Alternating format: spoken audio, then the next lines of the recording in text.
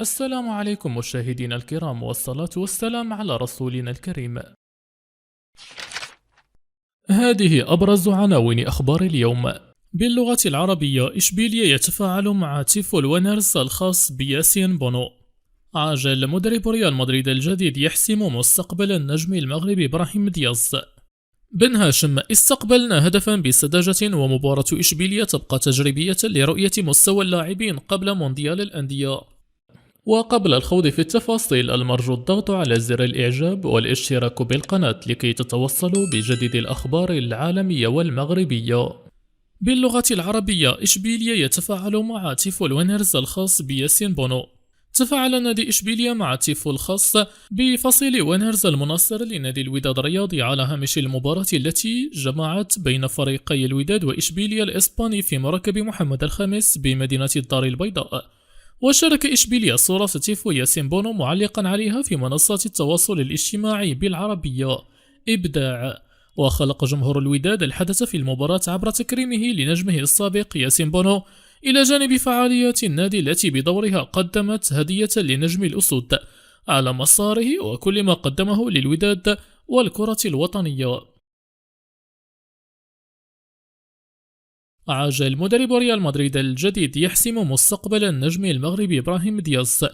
حسم المدرب الإسباني تشابي ألونسو مستقبل النجم المغربي إبراهيم دياز مع ريال مدريد بعد استلامه مقاليد الإدارة الفنية للفريق خلفا للإيطالي كارلو أنشيلوتي. وبعد تقديمه الرسمي في مدينة ريال مدريد، عبر ألونسو بوضوح عن رؤيته للنادي وأهمية بعض اللاعبين الموجودين بالفعل في التشكيلة، مع تصريح آخرين على رأسهم لوكا مودريتش ولوكاس فاسكيز. ولا يزال مستقبل العديد من اللاعبين ضبابيا في انتظار أن تتضح الرؤية، خاصة في المراكز التي تعرف منافسة شرسة والتي من الممكن أن تخدم مخططات روباني الجديد في القلعة الملكية. ووفقا لصحيفة فوت بوم، وصف ألونسو إبراهيم دياز بأنه اللاعب الذي لا يمكن الاستغناء عنه في مشروعه، وهو تصريح قوي يشهد على الأهمية التي يوليها للمغربي.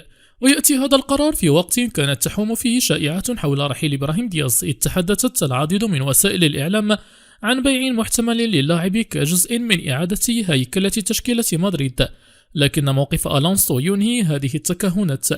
وأشارت تقارير صحفية إلى أن إبراهيم دياز يتوافق تماما مع أفكار ألونسو الهجومية بفضل قدرته على اللعب على الجناحين وكلاعب دعم هجومي أو حتى كمهاجم وهمي يمنح مرونة تكتيكية ثمينة. وبعد موسم متفاوت تناوب فيه بين لحظات تألق وفترات أكثر تعقيدا، يمكن لهذه الدفعة المعنوية والثقة أن تسمح له بالازدهار الكامل وتحقيق مستوى الثابت الذي افتقر إليه في أوقات سابقة. بن هاشم: استقبلنا هدفا بسذاجة، ومباراة إشبيلية تبقى تجريبية لرؤية مستوى اللاعبين قبل مونديال الأندية. أكد محمد أمين بن هاشم مدرب نادي الوداد الرياضي أن الهدف من المباراة الودية ضد إشبيلية هو الوقوف على مدى جاهزية اللاعبين لمنافسة كأس العالم للأندية، رافضا الطريقة التي استقبل بها فريقه هدف النادي الأندلسي الوحيد. وقال بن هاشم في الندوة الصحفية التي تلت اللقاء: مباراة ضد إشبيلية كانت تجريبية لأن الاستعدادات بدأت لكأس العالم للأندية، وهي المنافسة الأقرب التي سنشارك فيها. قمنا بتجريب العديد من اللاعبين ورأينا مستواهم أمام فرق من مستوى أقوى من البطولة المغربية، وهذا ما سيساعدنا على أخذ فكرة على مستوى مجموعتنا واللاعبين الذين من الممكن الاعتماد عليهم في تظاهرة مثل كأس العالم للأندية. وأضاف: الشوط الأول لم ننجح في إخراج الكرة بسبب الضغط العالي الذي مارسه إشبيلية، ولم نجد حلولا خصوصا على مستوى وسط الميدان، وأغلب الكرات كانت تعود للوراء، والمدافعين شعروا بالضغط وأعادوا الكرة لحارس المرمى. وفي الشوط الثاني تغلبنا على ذلك وحاولنا المرور من الأطراف، وهذه هي قوة الوداد، ورأينا حلولا كثيرة رغم أننا لم نسجل وتم حديثها. استقبلنا هدفا بسذاجة، ومثل تلك الأهداف لا يجب أن تسجل علينا، ويجب على المهدي الاستفادة من ذلك الخطأ، فمثل ذلك الخطأ قد يكلفك الشيء الكثير خصوصا ضد فريق مثل إشبيلية، وبالتالي دفعنا الثمن غاليا. وتعرض الوداد للهزيمة أمام إشبيلية بهدف نظيف في المباراة الودية التي جمعت بين الفريقين مساء الثلاثاء على أرضية المركب الرياضي محمد الخامس بمدينة الدار البيضاء. لانس يتحرك لتجديد عقدنا إلى العناوي وسط تزايد الاهتمام بخدماتها. يسعى نادي لانس الفرنسي إلى تأمين مستقبل لاعبيه المغربيين إلى العناوي من خلال تجديد عقده بعد الموسم المميز الذي قدمه مع الفريق وتزايد اهتمام عدد من الأندية بخدماتها. ووفقا لصحيفة ليكيب الفرنسية فإن النادي يعمل منذ عدة أسابيع على تمديد عقد العناوي الممتد حاليا حتى عام 2027 بهدف ترسيخه كعنصر أساسي داخل التشكيلة وفي غرفة الملابس في إطار المشروع الرياضي المستقبلي للفريق. وأضاف المصدر نفسه أن إدارة لانس تقدمت بالفعل بعرض رسمي للاعب، إلا أن العناوي وعائلته التي تضم والديه وأحد إخوته الذي يلعب دور المستشار يفضلون التريث قبل اتخاذ القرار النهائي دون استعجال.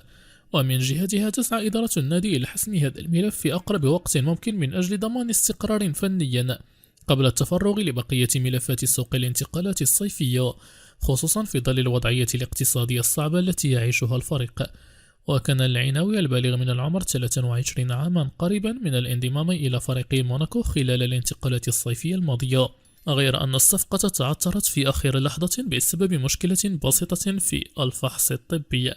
ومنذ ذلك الحين استعاد اللاعب مستواه وتألقه بقوة، مسجلا 5 أهداف ومقدما تمريرات حاسمة في 23 مباراة، ما جعله يحظى بثقة المدرب والجماهير. وينظر إلى العناوي اليوم على أنه أحد الأسماء القادرة على قيادة المشروع الرياضي للنادي في المرحلة المقبلة بفضل أدائه المتميز وحضوره القوي داخل وخارج الملعب رغم صغر سنه، في ظل استراتيجية تعتمد على تطوير المواهب الشابة والاستثمار فيها. يشار إلى أن اللاعب وبعدما خلق الكثير من الجدل حول المنتخب الذي سيمثله بين المغرب وفرنسا، قام مؤخرا بمتابعة الحساب الرسمي للمنتخب الوطني على موقع التواصل الاجتماعي انستغرام في خطوة تؤكد على أنه سيكون حاضرا مع المنتخب المغربي وأنه حسم قراره بشكل رسمي.